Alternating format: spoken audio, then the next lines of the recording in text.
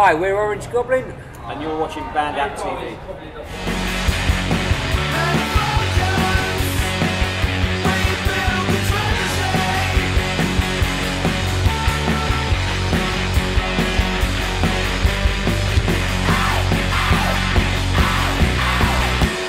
So it's Colin here from BandApp. I'm here with Joe and Martyn from Orange Goblin. How you doing, guys? All right? Good, very good. Very well, mate. Very well, thank you. Happy days. So yeah, what's going on in Goblin World at the moment?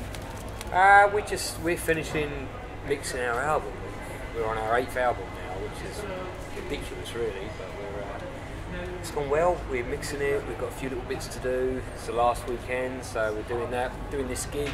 Yeah. Jotting backwards and forwards because it's in Birmingham. We're recording it. And, Are you self-producing that yourselves, that kind of thing? It's Jamie that did it. James he's actually in the studio now, sitting there, panicking, going, "Oh shit!" Doing what he's supposed to. getting a headache.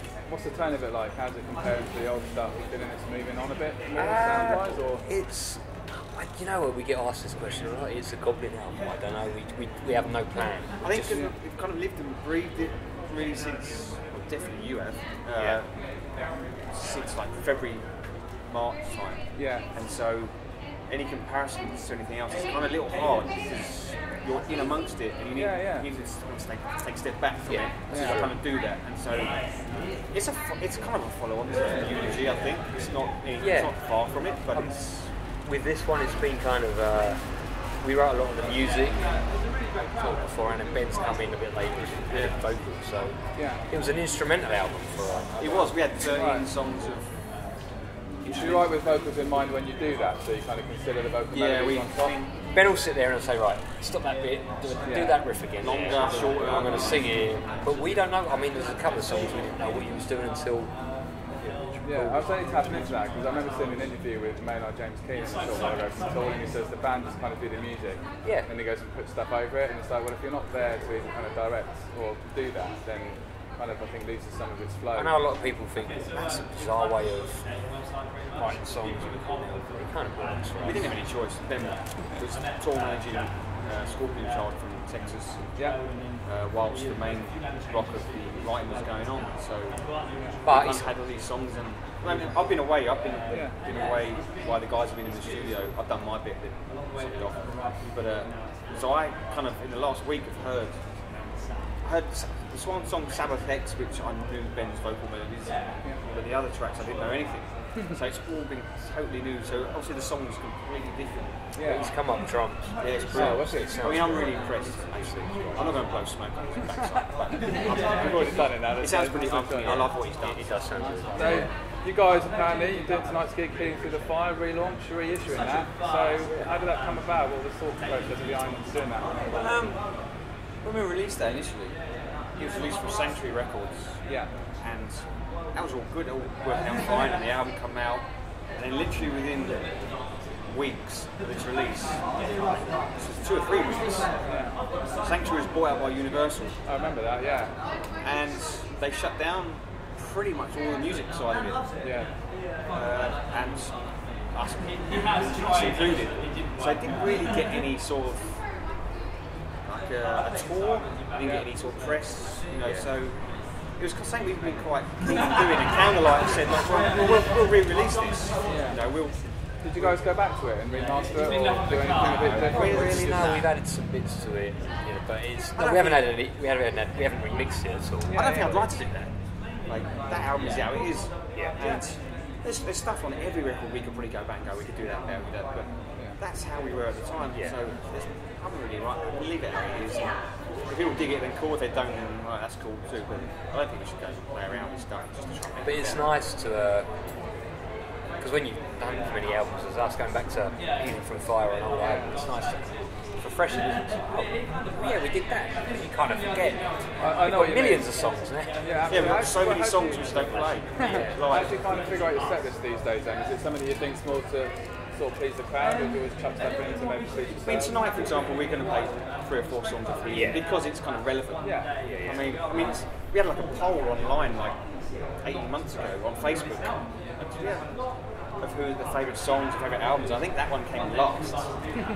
So it's kind of weird because some of the 2 or 3 songs will actually go down brilliantly live. So like they come back. They come back. Yeah. Ballad of Solomon.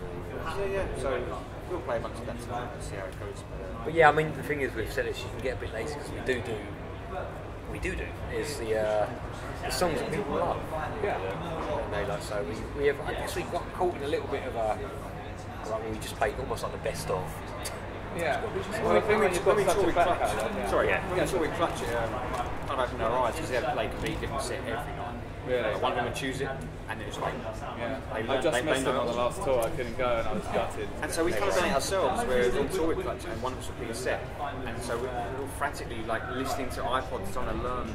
Remember Well, what it's good, and it'll be like a few hours before you play. It's like, oh, this is what we're playing tonight. That's kind of good. It keeps you on your toes. Yeah. You know, that's kind of. I think like Kazi kind of used to do that, didn't they? They used to kind of have their house lights on as part of their shtick, but they used to get like just almost give a shout out to the song and they play and they just always had that in their. That's kind of a good thing, and that's something I'd like to do is have a whole back catalogue ready to go if someone wants a song. We can go, and then we do it. That's kind of a cool thing. I mean, whether we're coming across as just being lazy. Wherever it ever happened, I think even Metallica are out recently, aren't they? Because they're doing that by requesting. That's true. I read yesterday they finally played like first. Radius of Sanity, yeah. That's kind of a cool thing. Like it is. There's songs I'd like to see them play. Like I want them to play Disposable Heroes. Yeah, exactly. I love that track, but I don't think I've ever heard it play even in me neither. Maybe on like some rough footage from 1986, but yeah, I mean, we'll see. I'd like to play some like different stuff. We did do that on that Clutch tour. We played some really kind of like. So that's what happens. You start touring for it. Like we toured all of last year. We were just constantly on the tour, and so you get very good at your job, I guess. Well, it's a bit beginning maybe, but you get comfortable. Maybe you just get tight, you know. Yeah, you get tight. So we could do that now. Thinking about it, we just suddenly picked out a song. Well, we're kind of doing that tonight. Yeah. We haven't rehearsed since February. Yeah. So we're going into tonight a little bit like, it could be a car crash, it could be amazing. A couple of things in sound check to just... There's no sound check, so straight loading at 8 o'clock and straight on stage. So I'm sure it'll be fun. I mean, I don't think we're taking this like too seriously. I think that's how rock music should be though, you know? It should be fun. I agree with you. It doesn't have to be like all off the cuff precision. Yeah. I think sometimes we get worried. I mean, I'm personally, I get worried, has to be this good, has to be... Sometimes people just want to have fun. No, exactly. But you're worried because you care. That's right. So it's not really much of a big brain question, but if you guys called it a fuck ton of bands and stuff like that before, so who's left to tour with on your list potentially? Well, the main one's always been Motorhead, and it's nearly happened and never happens. Yeah, right. So and the longer it goes, the more unlikely it looks like we do it. We always wanted to tour with Motorhead. I thought we'd go down. I mean, obviously Motorhead have their fans, so it's kind of a hard crowd to crack. Yeah. But I think the match is pretty good. There's the loads. I mean, we played with Sabbath.